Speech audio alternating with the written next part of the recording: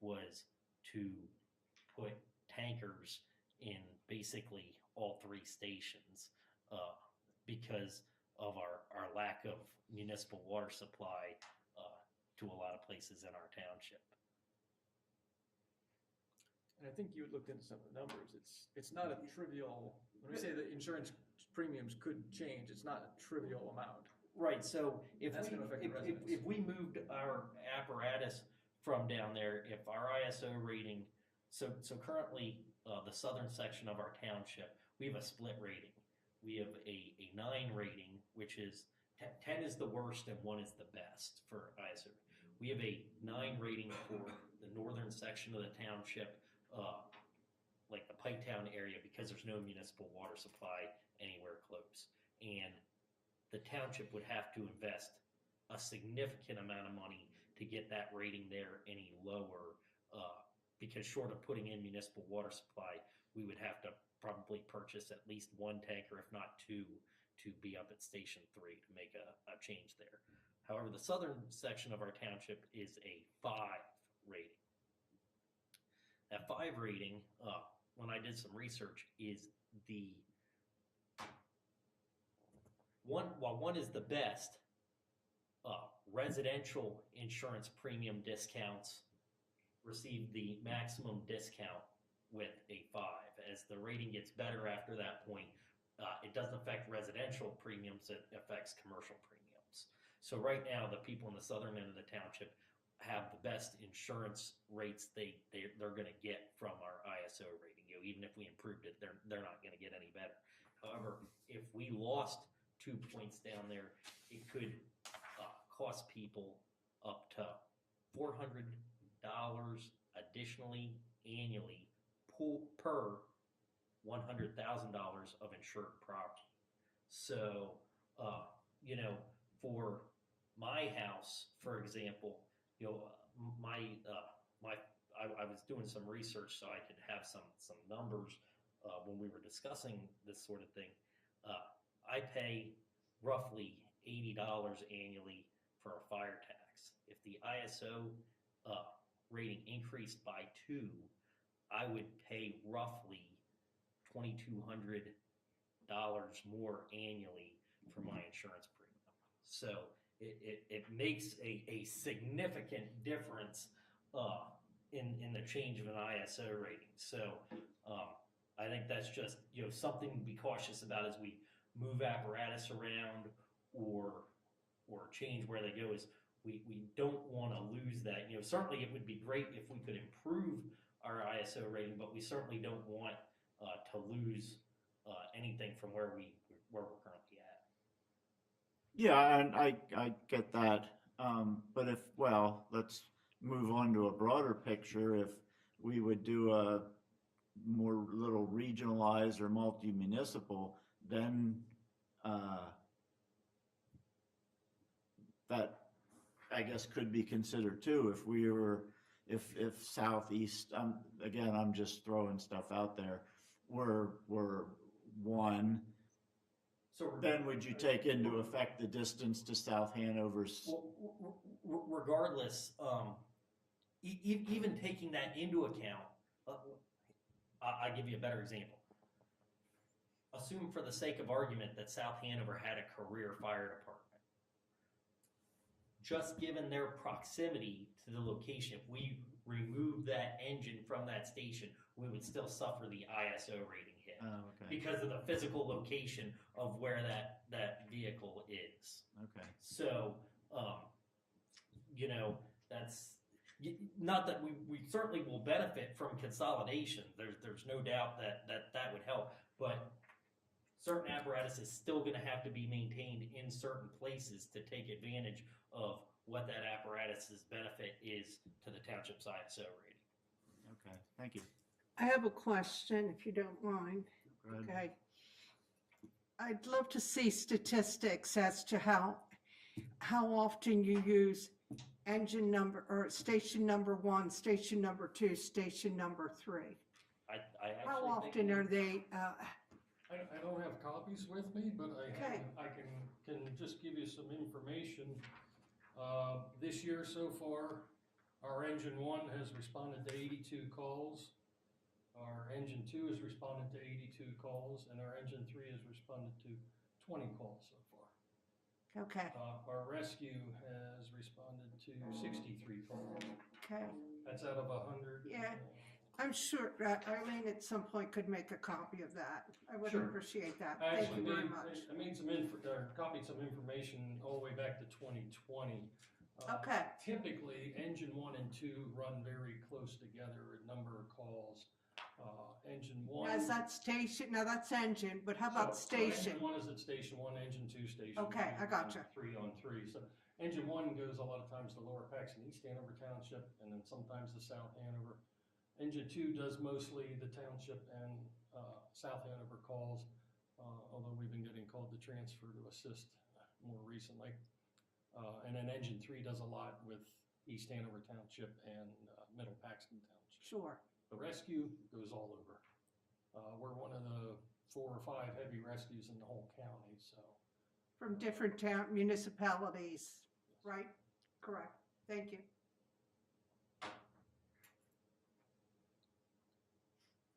Any other questions from the board? No. If I could, one thing I would say, in talking about closing Station 2, is that you do have some members down there, and something to consider is if it gets closed, they have to come all the way up to Station 1 to try to get a piece out. During the day, the incentive program really doesn't do anything to get more people. It's whoever's retired or whoever just happens to work a different shift or is able to work from home for whatever reason. Things to consider down there, like the calls is, even if I'm by myself, if it's a cardiac arrest, there's an AED on that piece. I can go right to the scene with it and start CPR and stuff. If it's an accident, that engine has the jaws of life and other equipment on it to work accidents until everybody else gets there to help. Same with fires. Example, we had a structure fire several weeks ago here in the township, and all 3 engines got out with 1 person each.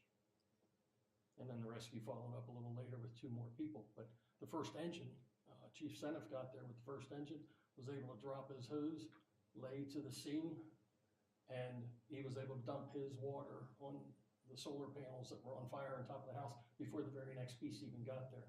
So even 1 person can make a big difference, especially daytime, in getting a piece out and to the scene quickly. No, I'm just trying to learn and just Yeah, Right. understood. get as much educated as I can and, hear We'd all from, like to see more people, but Yeah. volunteers are just, you guys are in the know, so I can't. And that goes back to, when if you're comparing the situation to a completely staffed career situation, that changes the conversation, changes the considerations. If we're looking at consolidating with our neighboring fire companies, that changes the conversation and the considerations. So the recommendations we're giving right now to you are based on the situation of the fire company today. I think we've had over the last few years, we've had a really good working relationship with the board, and I very much appreciate that. Our goal, like you said, is to come in here and educate the board to the extent we can, to help you make the best decisions for the township residents. I mean, at the end of the day, the incentive program aside, the people that serve the fire company are doing it because they want to serve the fire company in the community. The money just makes it a little bit easier occasionally. That's not really why most of the people are in it. Maybe other places it is, but with our fire company, it really comes down to the membership wants to serve the community. So we just want to give you the information to help make the best decisions for the residents. Yep, we appreciate it. Not that it really matters, but just previous to, I'll say this board, Jim, I've told you that I've had previous discussions at my levels and above, and some of these discussions or ideas were above the fire company as well. If I'll say a joint effort did happen between like the Hanovers or something, that's been thought about and discussed. Station 2 is the most central to all 3. So some of the idea going around, like if it ever came to that point where there was a merger and all 3 municipalities decided to put on like daytime paid staff or something, it would probably make sense to do it at Station 2. Like, make that like a paid station almost, for like daytime, like early steps. I mean, obviously, those were ideas and stations. That was just one of the ideas that popped around early on, just because the way where it is located, all three Hanover's. Yeah, I get it, and but I mean, Matt kind of hit it too. If you just close the station, I mean, what's it cost to run just the station for a year? It's probably not a whole lot of money to keep the lights on, or electric bill, or the heating bill, or whatever. But We don't have cameras in that one yet. It's the last one. Next year's project will be in Cost total. reduction. But, so yeah, I mean, it makes sense.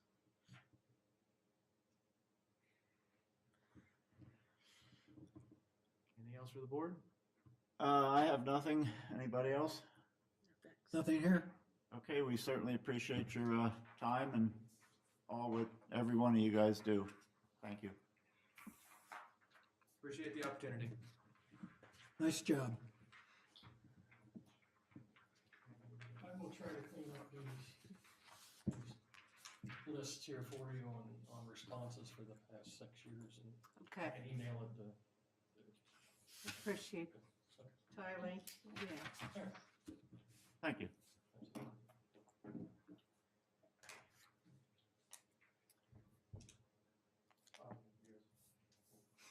If you guys want to take off, you're more than welcome. We have a couple more agenda items to deal with, and then we have executive session, so. Okay, Thank you. Nice to see you, Chief. I don't think you've been to any of these before since I've been here. I have not. You gentlemen take care of that stuff. Well, we appreciate your time. Question is, will you be Thank back you for for the your future service. ones? We're gonna try to twist his arm. I'll see what I can do. You're retired. It's a little easier now that I'm retired. Thank you. Item C, accept the resignation from Jeff Shade, seat number 3 on the Planning Commission, and appoint Linda Turns to fill the term ending December 31st, 2029. May I have a motion to accept Jeff Shade's resignation from the Planning Commission? So moved? Can I have a second? Second? Any questions? Anybody know why I resigned? I do not. Normally we get a copy of the letter. I didn't see the letter. Yeah, there was no letter. Well, he's I more, heard he went back to work. yeah, he's more active in the Working work. again. Yeah. I mean, does he not need to send a formal written letter? There was a letter, so. Oh, okay, No, I didn't see it. okay. Okay. All in favor? Aye. Aye. Motion carries.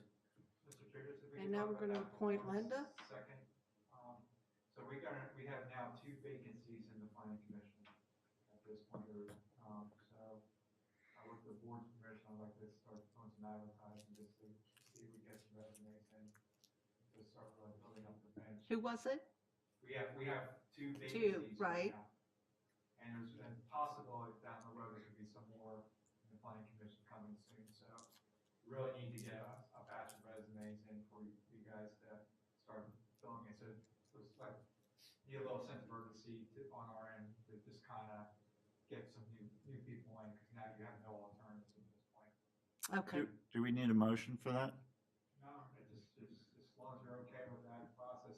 Yeah. We're gonna advertise, it's not advertised, it's on the website, it's social media, it's not a print ad. We just reached out to our contacts and just started saying that we're looking for volunteers, put it in the newsletter. It's gonna be going out in a couple of weeks. It's really talking about that we need to get volunteers in particular for the planning commission. I have no problem with that. Yeah. And we also need a motion to appoint Linda Turns to seat 3 on the Planning Commission. I gladly appoint Linda Turns Uh, to the appointment of the term. Do I have a second? Second? All in favor? Aye. Aye. Motion carries. Congratulations. Thank you, thank you. You're back. Really appreciate this, I really do, I'm looking forward to it. Thank you. I can't tell if she's sincere or if she's, Oh, yeah, she's wanted this for a long time. okay, thanks, Linda. Okay. Letter D, accept the resignation from Richard Beislein Jr. Last day of work was April 27th, 2026, and discuss staffing going forward. Do we want to discuss this first, or do you want the motion first? Just the motion first. Yeah. Could I have a motion? I make a motion for that. Can I have a second? Second. Now we have a Discussion? discussion. You what? Well, yeah, after you take that action. then we Yeah. gotta talk about Okay, it. all in favor? Aye. Motion carries. So what we're looking to do is, we looked at the budget, and you know, we're just kind of watching the budget a little bit tightly right now with some of the uncertainty with the final building expenses that are going on here. And, talked to our Park and Recs director and Public Works director, and there was a position that was to begin in the third quarter of a shared position between the two of them. And so what they both came back recommending was, that Richard's position was a 32-hour position, and we will leave that unfilled at this time. And we will fill that full-time position, which will open from July 1st anyways. And that person will be shared between, Public Works, primarily Public Works, and to a lesser extent, Park and Recs. We would be looking at an entry-level position, someone that does not have a CDL license. And the purpose would be that we would pay that person costs to get the CDL license and basically do a year of on-job training as necessary for the CDL license. And there would be a time commitment for us doing that of a 3-year, that they'd have to be retained for 3 years with us, or we'd have to reimburse them for that expense. The idea is to start building the bench with some youth in our Public Works. So Public Works, median age of the staff here in the township is 56. And we have a couple in our Public Works that should actually retire today. We wanted to, they're of retirement age. So the goal is to kind of use this position going forward as a feeder position, get somebody trained and promote them up as the vacancies occur. We're going to have vacancies to retirement, and we would hire again at this position, this entry-level position. So this would be a true entry-level, kind of like a training position. Is what Dave and Donnie come up with. And that's the approach we would like to go to fill. So to be budget conscious, we're going to leave Richard's position unfilled at this point. We're just going to go and replace that 32 hours with a 40-hour position at a lower rate. Which did you say the targeted start date for this person would be? Ideally, we would have them in before July 1st, because that's when the assessment is for the contribution that we get each year for our pension program from the state. I think that's going to be really challenging. That's what we're going to try for, but that's going to be really challenging. We put the advertisement in next week and start looking for that position. We're still going to be challenged to have the person in place working before July 1st, but that would be the goal to try for. So this would be more formal advertising, not just the websites and This would stuff? be formal advertising, website, and all those things. I'm hoping for manager hire. We would be advertising the position at this point. Okay. That's Okay. the approach. It's budget friendly, so this is, like I said, a budgeted position, and we're having a position that's unfilled, so it's a budget friendly move. Okay, Okay. thank you. Second public comment? Can I just stay here, please? Well, You can hear me. I can hear you. Yeah. Okay. Sorry. This is really Paul Walter, 7453 Moyer Road. This is really just a question to piggyback off of your comment about budget friendly. What is the process in the township for how long do you maintain a position that goes unfilled? In terms of staffing position, Your staffing complement, how long do you maintain that position within your budget process. Like this position, if you haven't used it in a year, you probably don't need it. So if you're going to then acquire another body, how do you go about, how long do you keep that vacancy? And then down the road, when you need additional, just like the fire company needs additional people, they request those, they ask that as part of their budget. How long does this vacant position that you're not going to fill stay within the budgeted process? It will stay at least the end of the year. Okay. Typically, when you go through the budget process, you evaluate staffing, benefits, all that's Mhm. part of the package. Mhm. When we're doing our budget discussion in September, October, that's when we're talking about staffing levels for next year. Okay, so if that, This is for the rest of the year. so if that hasn't been filled by the end of the year, there's not a need for that position. There could be a need, but we might make a decision that we're not filling it then until the next budget. So you would still hold that as part of your complement? If we decide for a 2027 budget that that position needs to be filled, then it'd be, but we're saying that this decision is carrying that position vacant all the way through the rest of 2026. Okay. And we're gonna reevaluate during the budgeting process. And the position will be either eliminated in the budgeting process or it'll be recommended to be filled in 2027. Is there anywhere within the operating procedures of the township that identifies what the complement is by department for each department? What is the complement that has been budgeted for? When I look at the operation of the township, I look at what the workload is and what we're expecting the staff to do. And there's a couple of things that we have been doing outsourcing of. I'm looking to bring insourcing. That's exactly what I'm thinking of, so I'm thinking complement. Except they sold our paver. We're talking to the board of that, and we're discussing some things. So the workload's in flux right now. I am looking to do, like, some of our MS4 stuff, for example, I'm looking to have done more in-house than having it outsourced. Okay. For example, we have technical ability, some training's gonna need to occur with some staff, but we have the technical ability to do that. That's all part of the evaluation process when we look at the budget, because there's fees that are going out and there's fees that are coming in, that affects staff.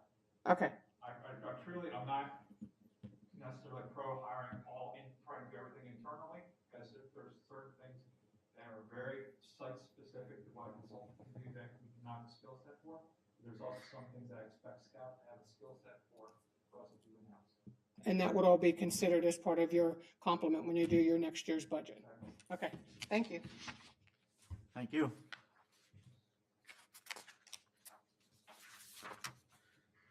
Quick supervisor's comment before we adjourn to executive session for some legal matters. Mr. Miller? I don't have it. Thank you. Mr. Shandersky? Well, I went to the PSATS conference. To be quite honest, I thought day one was pretty lame. I didn't get a lot out of it. Day two was much better. So I learned some things relative, for instance, to our website. Next year has to be ADA compliant. There's little things in there that aren't. There was some good discussions relative to the do's and don'ts in data centers via a mock hearing. So there were several things the second day that was good. First day was, I'll just say it was orientation to the process. But other than that, I have no other comments. Ms. Carl? Okay. Yeah, I want to thank everybody for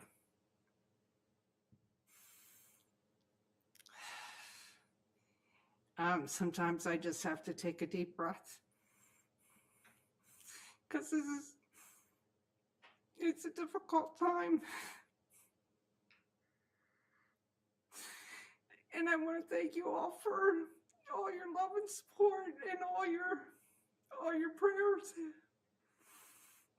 For the food, for flowers. Debbie, we all understand. We do. Thank you. I can't speak anymore.